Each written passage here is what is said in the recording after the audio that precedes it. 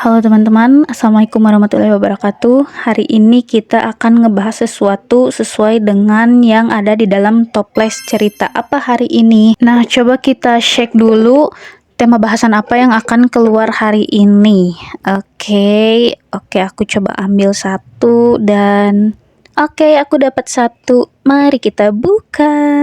Mohon maaf ya teman-teman, ini agak susah bukanya soalnya aku pakai simpul mati, jadi kita tarik aja. Nah, coba kita lihat apa isinya dan ini dia. Oke, wait, aku balik dulu ya. Apa bacaannya? Kamu manusia gagal. Oke, jadi hari ini kita akan ngebahas tentang manusia gagal. Nah, kalau kalian sendiri ngerasa sebagai manusia yang gagal nggak ya? Kamu pernah nggak sih ngerasa gagal menjadi manusia? Kalau aku sendiri ya mungkin saat ini aku sedang merasa gagal, jadi tema bahasan ini cocok banget buat aku dan mungkin juga kamu yang sedang menonton video ini. Jadi kalau kamu merasa gagal, ya memang betul kamu adalah orang yang gagal, kamu adalah manusia yang gagal. Kenapa? Karena orang lain seusiamu, seusia aku, seusia kita sudah memiliki karir yang hebat, uangnya lebih banyak, apalagi dibandingkan dengan kita atau dibandingkan dengan kamu. Selain dari karir, fisik mereka juga lebih cantik, lebih tampan, badannya lebih proporsional karena nge-gym kan ya. Terus apalagi kalau kamu lihat teman kamu yang sudah berkeluarga, mereka kaya dan bahagia. Intinya mereka lebih kaya, lebih bahagia, karir mereka bagus, mereka cantik, mereka ganteng, mereka sukses jauh dibandingkan diri kamu. Dan itu benar, aku pun setuju atas pikiranmu yang begitu. Karena aku pun sama seperti kamu. Pada intinya, kamu, aku, dan semua yang melihat video ini sekarang, kita adalah manusia gagal. Apa? Sekali lagi? Yes, kita adalah manusia yang gagal. Sadari dan terima fakta pahit ini. Ketika orang lain sudah membahagiakan orang tuanya, memberi semua yang orang tua mereka inginkan, sedangkan kita hanya masih menjadi beban yang bisanya hanya mengkritik orang, sampai mungkin mengkritik pemerintah. Kamu juga mungkin sempat berpikir padahal kamu itu bukan orang yang bodoh-bodoh amat gitu. Kamu pintar, kamu cerdas, bahkan mungkin dibandingkan teman kamu yang sukses, kamu lebih cerdas mungkin dari segi otak. Tapi saat ini kamu harus akui, sadari bahwa kamu manusia yang gagal. Mulai terima itu semua. Kamu gagal, kamu tak berguna, kamu sampah, kamu beban. Tapi sebelum lanjut, coba tanya pada dirimu, tanya pada hati nuranimu, dan jawab dengan sejujurnya. Jawab pertanyaan ini. Pertama, apakah kamu ingin terus menjadi manusia yang gagal? Kedua, sebenarnya kamu ini ingin gak sih sukses kayak yang lain? Ketiga, apakah kamu gak sedih jadi orang yang gagal? Keempat, apakah ini yang sebenarnya kamu inginkan atau bukan? Dan kelima, tanya pada dirimu mau sampai kapan jadi manusia yang gagal. Tapi secara tidak langsung pun ketika kamu menganggap dirimu gagal, berarti sebenarnya bukan ini yang kamu mau. Manusia tercipta dengan segala kelebihan dan potensi. Maka sebenarnya kita tidak menghendaki sebuah kegagalan. Nurani dan fitrah kita pun menolak kegagalan. Memang manusia tercipta dengan ego yang ingin selalu menang, ingin menjadi yang hebat. Manusia tercipta sebagai pemimpin yang tentunya tidak ingin mendapat kegagalan atau bahkan mungkin kekalahan. Pada dasarnya, kamu tahu bahwa potensimu banyak. Kamu pintar, kamu kritis, kamu memiliki konsep, kamu visioner dibanding yang lain. Tapi kenapa yang lain sukses dan kamu enggak? Jawaban simpelnya adalah mereka tidak malas, mereka mampu mengambil peluang, mereka fokus. Sekarang jawab, apakah kamu merasa sudah rajin? Ingat, rasa malas itu mempengaruhi habit, dan habit menjadi salah satu faktor kesuksesan. Kalau kamu pernah baca buku Atomic Habit atau yang lebih ringannya The Power of Habit, selalu dijelaskan bahwa habit adalah salah satu langkah awal untuk menjadi sukses. Hal kecil mulai dari bangun pagi sudah kamu lakukan.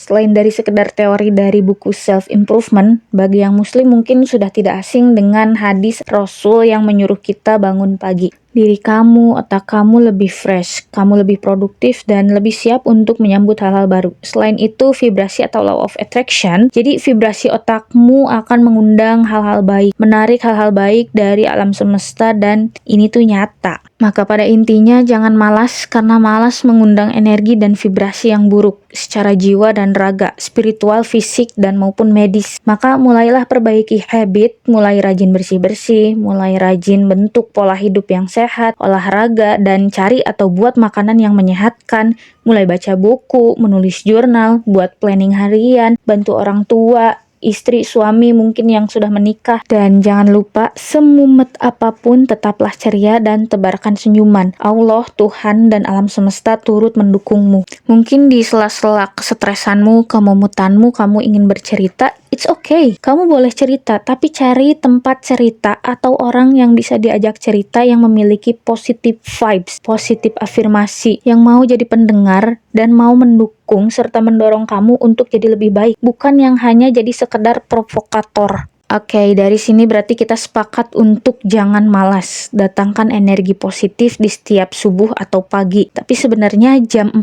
itu terbilangnya udah agak kesiangan ya. Tapi ya it's okay karena kita belajar minimal jangan lebih dari jam 5 untuk bangun pagi. Karena itu tuh udah kesiangan guys, serius. Mulai planning dan bikin schedule kapan olahraga, baca buku atau belajar, bantu-bantu, beres-beres. Jamnya tentukan dan konsisten. Setelah itu rasakan perubahannya. Jadi tiap jamnya kamu tuh produktif dan ini bantu pola tidur kamu. Semakin produktif, tidurmu jadi lebih awal, metabolismemu dan hormonmu jadi bagus serta seimbang. Kamu jadi lebih sehat dan siap dalam segala situasi dengan pikiran yang jernih. Oke, next, ketika kamu udah konsisten produktif dan lawan rasa malas, nah dari situlah kamu, diri kamu, fisik kamu, pikiran kamu siap untuk ambil peluang.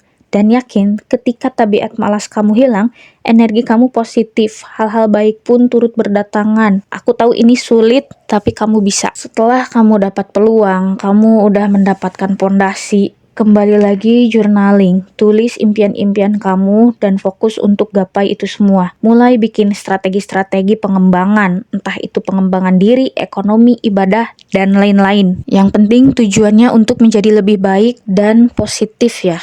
Oke, selanjutnya ini adalah poin yang mungkin jarang dibahas atau mungkin sering terlewat. Selanjutnya mungkin saja kamu pintar, cerdas, rajin, dan lain-lain lah. Tapi tanpa sadar kamu sudah takabur, kamu sombong. Tanpa kamu sadar bahwa kamu sudah sombong. Padahal apa yang kamu miliki saat ini, kemampuanmu saat ini bukan murni karena dirimu sendiri. Bisa karena gen dan didikan orang tua kamu, pengaruh lingkungan, banyak faktor. Dan apabila dikembalikan pada hakikat, semua itu datang dari sesuatu zat yang berupa kausa prima, sebab dari segala sebab, atau yang sering kita sebut dengan Tuhan, Allah. Bagi aku yang meyakini adanya Tuhan, adanya Allah, semua yang ada di dunia ini milik Allah. Maka menurut pandanganku secara mendalam, hakikatnya nggak ada satu hal apapun yang kita korbankan. Ada di salah satu kutipan di sosmedku, orang yang mengaku sudah berkorban adalah orang yang tidak tahu diri. Apa yang kamu korbankan? Toh semuanya juga milik Tuhan. Aku ulangi dari awal. Apa menurut kalian definisi berkorban? 1, 2, 3.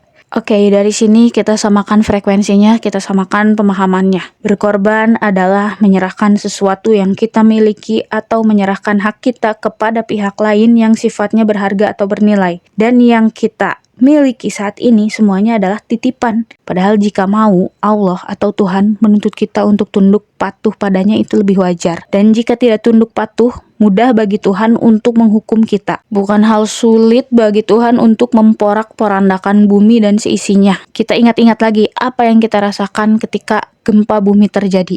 Takut, cemas, khawatir, atau ketagihan? Come on bro.